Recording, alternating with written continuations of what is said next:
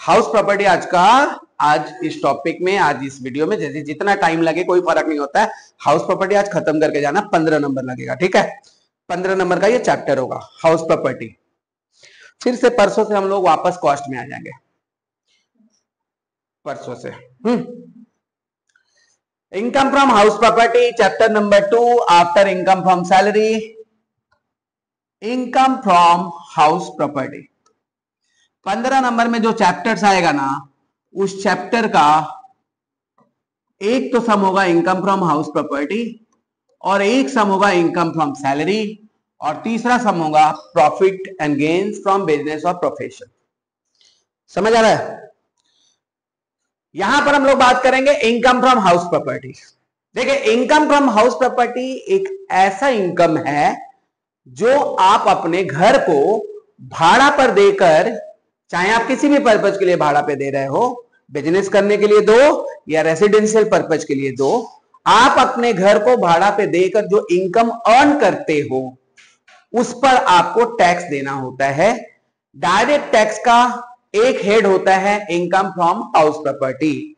हमारा कोई घर है, हमारा कोई प्रॉपर्टी है, इस प्रॉपर्टी को हम रेंट पर देते हैं, इससे हमको जो इनकम जनरेट होता है उस इनकम को हम लोग रेंटल इनकम कहते हैं, और इस रेंटल इनकम पे जो टैक्स लगता है उसको income from house property, income tax on house property कहते हैं। अब सवाल ये उठता है कि हमारा घर है, हम चाहे रेंट पर दें या नहीं दें, हम रहते भी तो हैं उस पे। हमारा एक घर है तो हम उस पे क्या करेंगे, हम अपने रेसिडेंस के लिए यूज करेंगे, करेंगे कि नहीं करेंगे? हम अपने रेसिडेंस के लिए यूज करेंगे। लेकिन अगर हमारे पास एक घर और है, हमारे पास एक घर और है, हमारे पास एक घर और है, और हमारे पास 5 घर है, 5 घर है, तो हम यही कहेंगे कि ठीक है, हमारा फैमिली बड़ा है, हम दूसरा घर भी रेसिडेंस पर्पज के लिए यूज कर सकते हैं। लेकिन तीसरा घर हम चाहे तो रेसिडेंस के लिए यूज कर सकते हैं। हमारा मन रहे तो 2 दिन हम इस घर में रहें, 1 सप्ताह इस घर में रहें, 15 दिन इस घर में रहें, और पूरे महीने में हम लोग ट्रैवल करते रहें, शिफ्टिंग करते रहें। मेरा मन है, मेरा 5 घर है, क्या कौन रोकने वाला है क्या? कोई नहीं रोकेगा। लेकिन इनकम टैक्स वाला आएगा, वो बोलेगा भैया हमारा रूल कुछ अलग है। आपका टैक्स इस पर डिपेंड नहीं करता है कि आप उसको रेंट पर दे रहे हो या नहीं दे रहे हो। आप 2 घर को छोड़कर, कितने घर को छोड़कर, कोई भी 2 घर इसमें से चूज कर लीजिए जिसमें आप बोल दीजिए कि हम इसमें रहते हैं। बाकी घर आप भले ताला लगा के रखिए, हम तो टैक्स लेगा। ये कौन बोल रहा है? इनकम टैक्स बोल रहा है, हम तो टैक्स लेंगे। हमारा घर है, हम बोलेंगे भाई अजीब बात है, आप किस पर टैक्स लोगे? हमने उस घर को भाड़ा पे दिया ही नहीं है, हमने उस घर से इनकम कमाया ही नहीं है, तो आप टैक्स किस बात का लोगे भाई?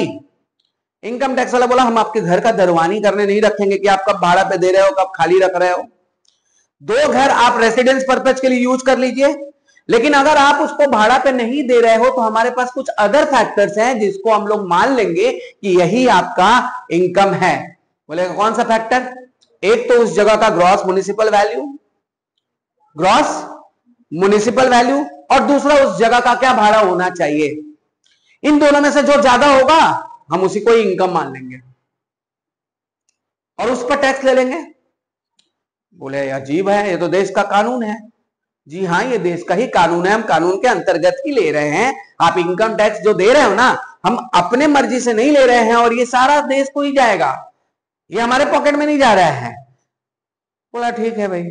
मतलब ये हुआ कि किसी के पास अगर 100 घर है, आप 100 घर में ताला लगा के रख दीजिए और बोलिए कि हम कोई भी इनकम जनरेट नहीं करते उस घर से, हम 100 घर में रहते हैं, तो आपका मर्जी नहीं चलेगा। ऐसा आदमी होगा ना जिसके पास 100 घर है इंडिया में? हो सकता है कि नहीं? हो ही सकता है। जिसके पास 100 घर है, भाई टैक्स आप देने के लिए रेडी रहिए। 2 घर को आप बता दीजिए कि उसमें आप रहते हो, बाकी जितने भी घर है उसको हम लोग मान लेंगे deem to be let out. क्या मान लेंगे? मान लेंगे कि वो भाड़ा पे दिया गया है, और उस पर हम लोग टैक्स ले लेंगे।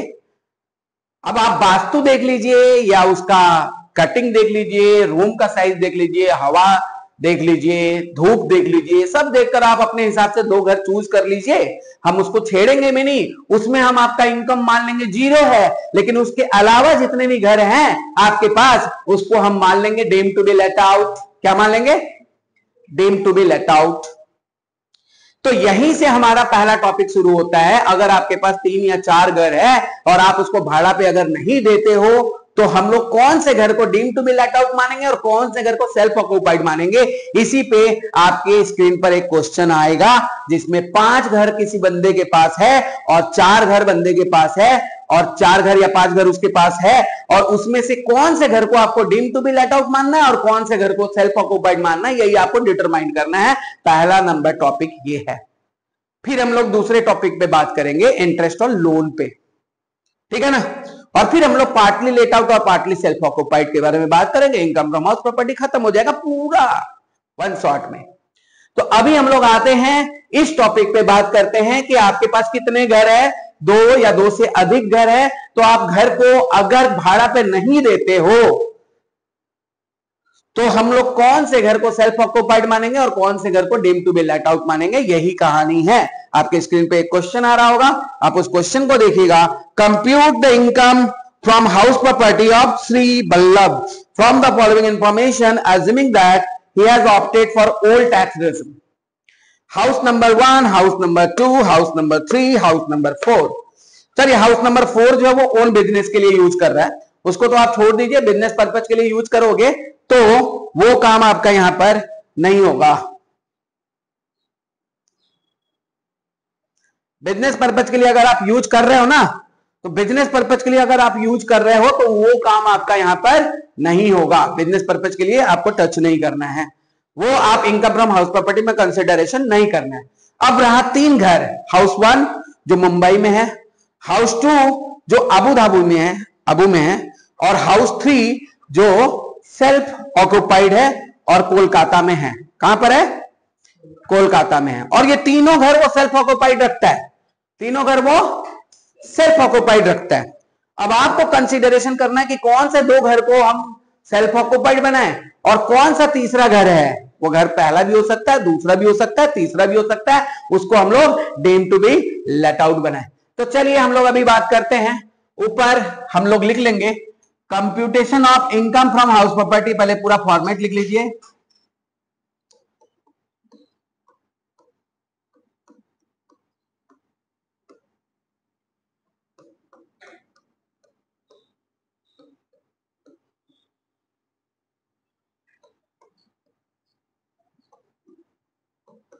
Of Shri for the assessment year 2000 related to previous year 2000। ये इस तरह का फॉर्मेट आपको लिखना होगा, ऊपर ये लिखना ही होगा, ये अति आवश्यक है, अनिवार्य है, मैंडेटरी है। आपको ये सारे डायलॉग्स लिखने होंगे, आपको एक बार में ऐसे नहीं लिखना होगा income from house property of mister C, direct नहीं लिखना होगा। ये पूरा डायलॉग आपको लिखना होगा कि किस असेसमेंट ईयर का है और क्या रिलेटेड प्रीवियस ईयर है। पर्टिकुलर अमाउंट यहां पर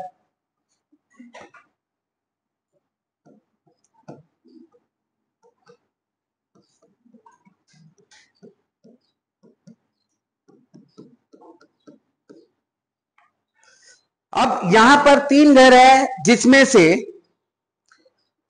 पहला घर सेल्फ ऑक्यूपाइड है, दूसरा घर सेल्फ ऑक्यूपाइड है, तीसरा घर सेल्फ ऑक्यूपाइड है।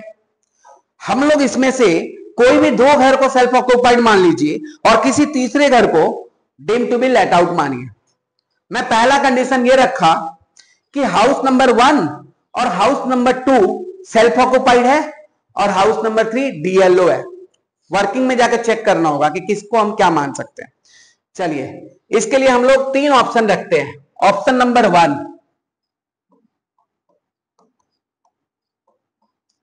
हाउस 1 क्या माना?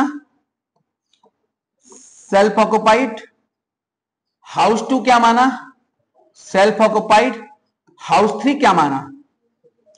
DLO, DLO, deem to be let out. अभी देखिएगा,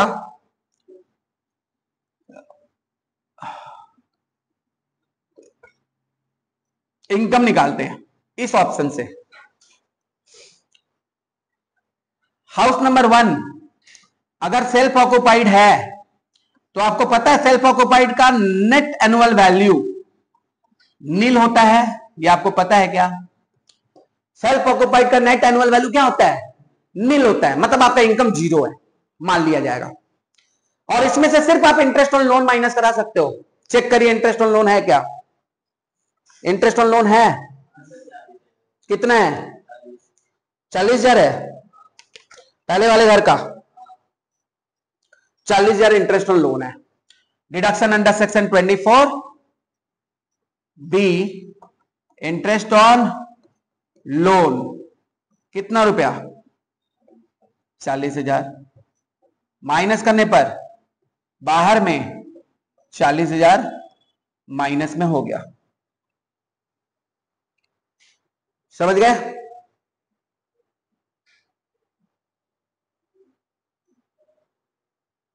समझ गए? हाउस 2 को हम क्या माना? ये भी सेल्फ ऑक्युपाइड माना। नैव कितना है? नैव नील। डिडक्शन अंडर सेक्शन 24 बी करेगा कितना होता है? इंटरेस्ट ऑन लोन है? इंटरेस्ट ऑन लोन 1 लाख है, मैक्सिमम 1 लाख है, तो 1 लाख तक आप बाहर कर दोगे, ये माइनस हो गया।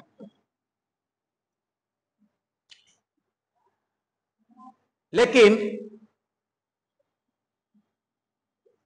हाउस नंबर 3 को क्या माना मैंने? Deem to be let out माना। Deem to be let out माना तो आपको उस घर का फेयर रेंट देखना होगा। चेक करिए उस घर का फेयर रेंट कुछ दिया है? उस घर का फेयर रेंट तीसरा वाला घर का, ओके। और ग्रॉस म्युनिसिपल वैल्यू कितना दिया है? 7 लाख। और स्टैंडर्ड रेंट कितना दिया है? देखिए कैसे निकालते हैं हम लोग, गैप कैसे निकालते हैं। Deem to be let out है तो गैप होगा कि नहीं होगा? गैप निकालेंगे। गैप में स्टेप 1 क्या होता है? जीएमबी और फेयर रेंट पहले लिख लेते हैं। जीएमबी कितना दिया हुआ है? फेयर रेंट कितना है? और स्टैंडर्ड रेंट कितना है? पहले कंपेयर आप इन दोनों में करिए। इन दोनों में बड़ा क्या है? 7 लाख और 6 लाख में बड़ा क्या है? 7 लाख स्टैंडर्ड रेंट को क्रॉस नहीं करना चाहिए, याद रखिएगा। जो भी बड़ा है वो स्टैंडर्ड रेंट को क्रॉस नहीं करना चाहिए। ये दोनों जितना बड़ा होना है हो जाएंगे, इसको क्रॉस नहीं करेंगे। अगर इसको क्रॉस किए तो इसका जगह ले लेगा स्टैंडर्ड रेंट। ये वाला पहले समझ में आया बात? मतलब फेयर रेंट और ग्रॉस म्युनिसिपल वैल्यू को स्टैंडर्ड रेंट ये बोलता है कि भैया तुम लोगों को आपस में जितना बड़ा होना है हो जाओ, मेरे को क्रॉस मत करना। मेरे को क्रॉस करोगे तो हम हो जाएगा रीजनेबल रेंट। क्या हो जाएगा? Reasonable rent. कहने का मतलब देखिए, यहां पे 7 लाख है, यहां पे 6 लाख है, तो यहां पे बड़ा क्या हुआ? इसको क्रॉस किया क्या? 7 लाख को तो क्रॉस नहीं किया ना वो, तो यहां पे रीजनेबल रेंट क्या हो जाएगा? 7 लाख। लेकिन मान लीजिए यहां पे 5 लाख रहता, इमेजिन करिए यहां पे 5 लाख रहता, इन दोनों में बड़ा क्या हुआ? 7। लेकिन 5 लाख तो वो क्रॉस कर गया ना, उस केस में रीजनेबल रेंट क्या हो जाएगा? 5 लाख। स्टैंडर्ड रेंट का एक ही मतलब है, हमसे बड़ा मत हो जाओ, हमसे बड़ा होगे तो हम आगे जाएंगे। समझ आया? यहां पे बड़ा क्या हुआ? 7 लाख। इसको कोई प्रॉब्लम नहीं होगा, लेकिन इसको तब प्रॉब्लम होता जब ये खुद 5 लाख होता, तब ये आगे चला जाता, रीजनेबल रेंट क्या हो जाता? 5 लाख हो जाता। समझ आया बात? तो डीएलओ कितना आया यहां पर? जो बड़ा है 7 लाख। इसमें से माइनस क्या करेंगे? इसमें से गैप, ये गैप है, क्या है ये गैप है। 7 लाख रुपया क्या हुआ? गैप हुआ। अब इसमें डिडक्शन करेंगे municipal tax paid less municipal tax. देखिए म्युनिसिपल टैक्स है 15% ऑफ प्रॉपर्टी। कहां पर है? तीसरा वाला कोलकाता में है। कोलकाता का ग्रॉस म्युनिसिपल वैल्यू कितना दिया है? बोलो भाई, 7 लाख। अब कलकत्ता, मुंबई, दिल्ली, चेन्नई में अगर प्रॉपर्टी है, म्युनिसिपल टैक्स हमेशा नेट म्युनिसिपल वैल्यू पे लगता है। किस पर लगता है? अगर प्रॉपर्टी कलकत्ता, मुंबई, दिल्ली, चेन्नई में है तो ग्रॉस म्युनिसिपल वैल्यू को नेट में कन्वर्ट करने के लिए आपको 90% करना होता है। कितना परसेंट करना होता है? 90% करना होता है। अगर प्रॉपर्टी कलकत्ता, मुंबई, दिल्ली, चेन्नई में है तो ग्रॉस म्युनिसिपल वैल्यू को 90% में तब्दील कर दीजिए। नेट करना ही पड़ेगा, आप डायरेक्ट नहीं कर सकते हो, क्योंकि municipal tax is always calculated on net municipal value. हमेशा किस पर निकालते हैं? नेट म्युनिसिपल वैल्यू पे निकालते हैं। तो 7 लाख का 90% आप नेट में कन्वर्ट कर दिए, फिर जाकर 15% करिए, फिर जाकर कितना परसेंट करिए? 15%। कितना आया कैलकुलेट करके बताओ।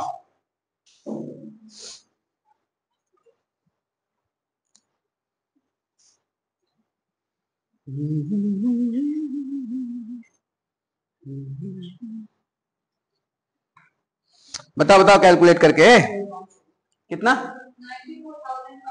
94,500 माइनस करके बोलो, अंदर में लिखना।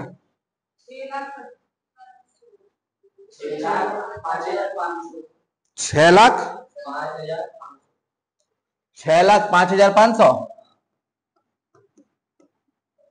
इसमें से ये हो गया नैब, ये क्या हो गया? उसका नैब नील होता है, लेकिन इसका नैब आपको निकालना होता है अगर वो लेट आउट है तो। इसमें से 24A माइनस होगा 30% ऑफ नैब, 30% ऑफ नैब बोलो, इसका 30%, 6,05,500 का 30%,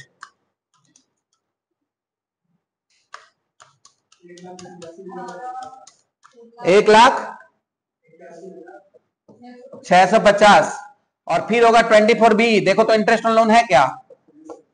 कितना है? मैक्सिमम 2 लाख तक माइनस होता है इंटरेस्ट ऑन लोन, याद रखिएगा। बम्बा, मैक्सिमम कितना माइनस होता है? 2 लाख तक माइनस करिए।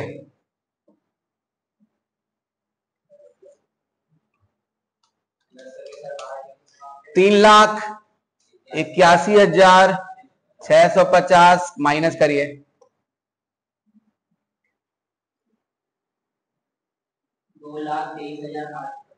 2,23,850। बताओ, ये प्लस में है ना? इसमें से इन सबको माइनस करके बताओ इनकम फ्रॉम ऑप्शन 1 कितना आया?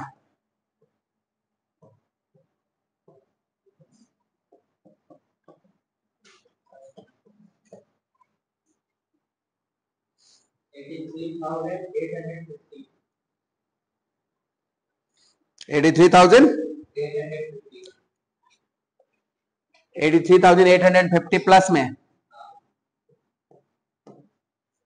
ऑप्शन 1 है।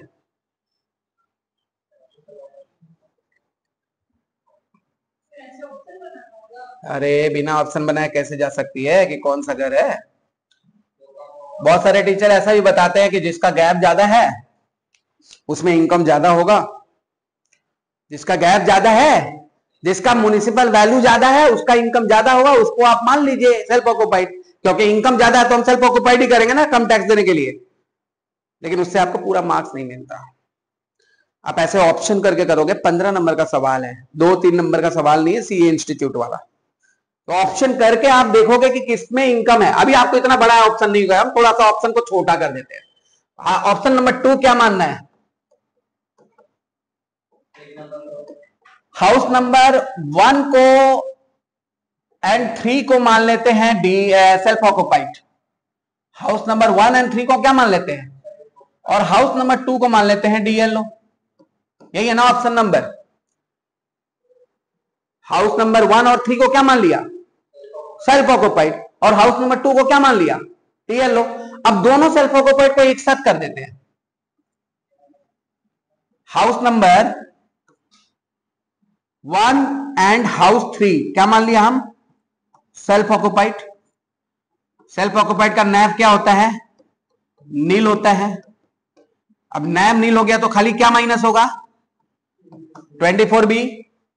इंटरेस्ट और लोन दोनों का मिलाकर बोलो तो 1 और 3 का मिलाकर बोलना 2 लाख। मैक्सिमम कितना माइनस होगा? माइनस करके माइनस बाहर कितना चला गया? 2 लाख। हाउस नंबर 1 और 3 हो गया। अब हाउस नंबर 2 क्या मानेगा? डीएलओ क्या मानेगा? Deem to be let out में तो गैप निकालना पड़ेगा कि नहीं? गैप निकालिए, गैप बोलिए। हाउस नंबर 2 में गैप क्या है? हाउस नंबर 2 को चेक कर लेंगे। हाउस नंबर 2 का गैप क्या है? 2 लाख कैसे हुआ भाई? 2 लाख है, ठीक ही बोला। चेक कर लो भाई, तुम लोग भी देख लो। स्टैंडर्ड रेट को क्रॉस नहीं किया, दोनों में से 2 लाख बड़ा है तो गैप क्या हो गया? डायरेक्ट निकाल सकते हो। गैप कितना हो गया? 2 लाख। जगह कहां पर है? कहां पर है? आबू धाबी, राजस्थान में। राजस्थान में भाई। हाँ आबू धाबी। कैसी मारवाड़ी? आबू धाबी नहीं गई है? ठंडा प्लेस, राजस्थान का सबसे कोल्डेस्ट प्लेस। ठीक है। इतने इतने हाइट पे सेव हैं, इतने इतने हाइट पे सेव के पेड़ है, चलते चलते आप सेव तोड़ के खा सकते हो, इतना बढ़िया जगह है। सर्च करिएगा आज municipal value. Municipal value calculate करेंगे। म्युनिसिपल वैल्यू किस पर निकालते हैं? म्युनिसिपल टैक्स, सॉरी ये म्युनिसिपल वैल्यू गलती से लिख दिया मैंने, म्युनिसिपल टैक्स है। ये किस पे निकालते हैं? म्युनिसिपल वैल्यू पे। और कलकत्ता, मुंबई, दिल्ली, चेन्नई में नहीं है, तो जो भी म्युनिसिपल वैल्यू है वो नेट है। कितना है म्युनिसिपल वैल्यू? 2 लाख का कितना परसेंट? कितना? 15% कितना होता है? 30,000 माइनस करने पे नैब आएगा 1,70,000। क्या आएगा? नैब आएगा। इसमें से माइनस क्या करेंगे? 24A, 30% ऑफ नैब। बोलो इसका 30% कितना होगा? 51,000 माइनस में कर देते हैं यहां पे। और B number interest on loan है क्या? इंटरेस्ट ऑन लोन है क्या? 1 लाख। माइनस करने पे कितना बचेगा?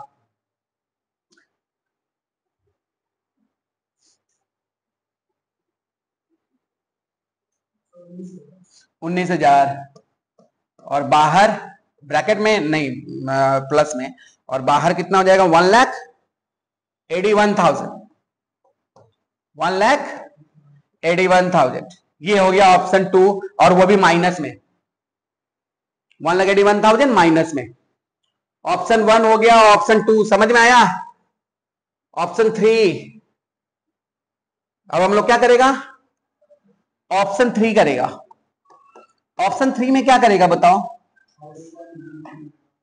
ऑप्शन 3 में हाउस को डीएलओ मानेगा, यही तो। और हाउस 2 और हाउस 3 को मानेगा सेल्फ ऑक्युपाइड, मानेगा क्या? चलो हाउस 1 को डीएलओ मान लेता है। हाउस 1 डीएलओ, डीएलओ मान लिया तो गैप बताओ। 3 लाख। क्लियर? मैं जांच पड़ताल नहीं कर रहा हूं, तुम लोग का सुन रहा हूं, लिख रहा हूं। म्युनिसिपल वैल्यू और फेयर रेंट में ज्यादा क्या हुआ? Municipal value. और स्टैंडर्ड रेंट को वो क्रॉस नहीं किया ना, तो म्युनिसिपल वैल्यू ही हो जाएगा गैप। गैप होने के बाद लेस म्युनिसिपल टैक्स। जगह कहां पर है? मुंबई में है। म्युनिसिपल वैल्यू कितना दिया हुआ है? 3 लाख। तो इसको हमको कन्वर्ट करना होगा ना 90 में, और फिर जाके 15% करना होगा कि नहीं? बोलो 15% कन्वर्ट करो।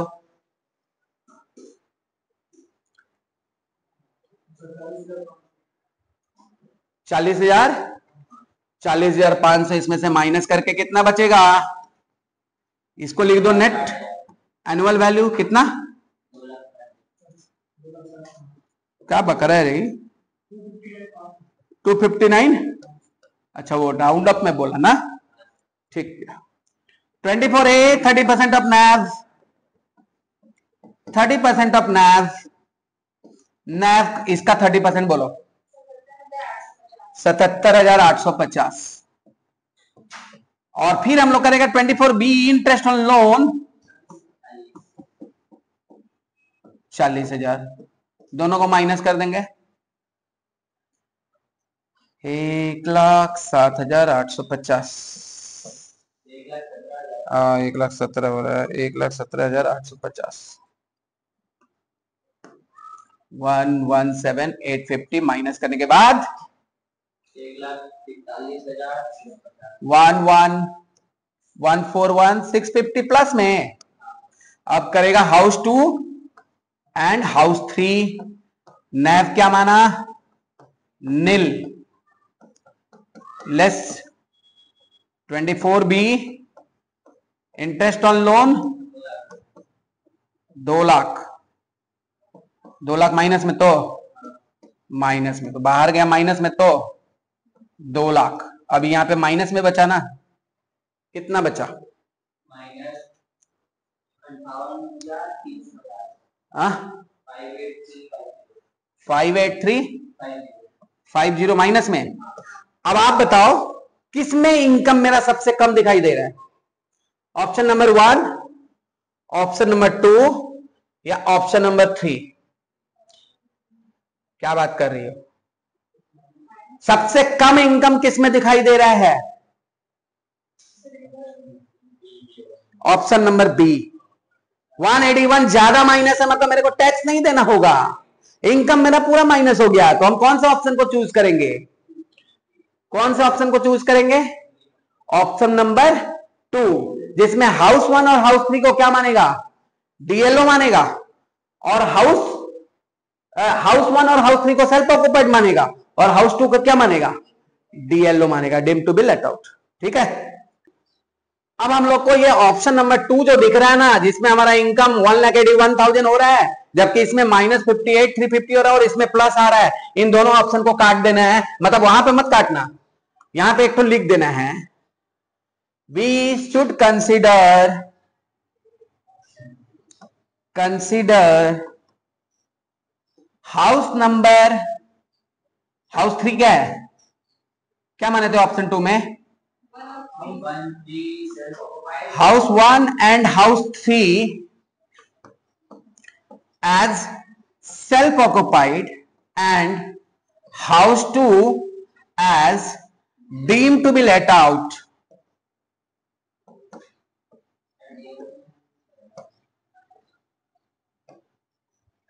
as per tax point of view।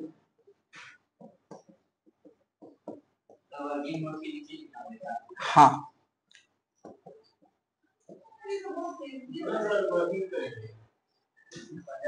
देखोगे ना तो हमारे समझाने में जो टाइम लग रहा है ना, आपके करने में उतना नहीं लगेगा। घबराते काहे हो तुम लोग यार, कोई चीज को हम समझा के करा रहे हैं ना, तो टाइम तो लग रही है। अभी लेंदी तो होगा भी, 15 नंबर का चीजें बताओ, 15 नंबर क्यों देगा तुमको इस फालतू से क्वेश्चन में, हालांकि इसका चांस बहुत कम है। मैं तुमको बता रहा हूं इंटरेस्ट ऑन लोन ही आएगा, अब बोल दिए तो आप इस चीज पे इंटरेस्ट नहीं लोगे। मुझे कराना जरूरी है 1 शॉट में पूरा हाउस प्रॉपर्टी, इसलिए ये करवाया। इसका इंपॉर्टेंट उतना नहीं है जितना इंपॉर्टेंट है इंटरेस्ट ऑन लोन का, pre construction period, post construction period. House property में बचा ही नहीं है भैया आप देने को, इतना हार्ड से इतना इजी हो गया, समेट दिया इनकम टैक्स वाला लोग इसको। नहीं तो ये डिडक्शन था, ये डिडक्शन बहुत ज्यादा बड़ा था, अब 2 ही तो डिडक्शन बच गया। चलिए फिर इसमें तो 15 नंबर देने के लिए कहीं तो कुछ देगा। इंटरेस्ट ऑन लोन का कैलकुलेशन उन लोगों के लिए आइडियल लगता है तो बार बार वही देता है, लेकिन फिर भी ये दे सकता है, क्यों नहीं दे सकता है। 3 घर अगर सेल्फ ऑक्युपाइड है, आपको ये बताना कि कौन सा घर deemed to be let out है, कौन सा घर सेल्फ ऑक्युपाइड है। आप अगर टैक्स ऑफिसर हो, आप टैक्स के पॉइंट ऑफ व्यू से दिखोगे तो आप हमेशा यही देखोगे कि जिस घर में मेरा इनकम टैक्स सबसे कम देना पड़े उसी घर को हम क्या करेंगे, सबसे कम देना पड़े उसी घर को दिखा देंगे, भाड़े पे दिए हैं।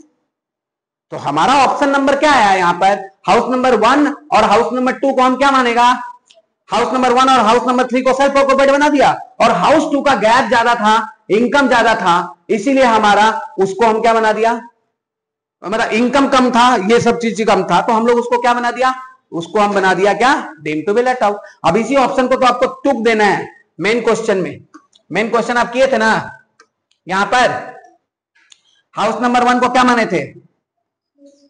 हाउस एंड हाउस 3 क्या माने थे? यहां पे लिख दो सेल्फ ऑक्युपाइड।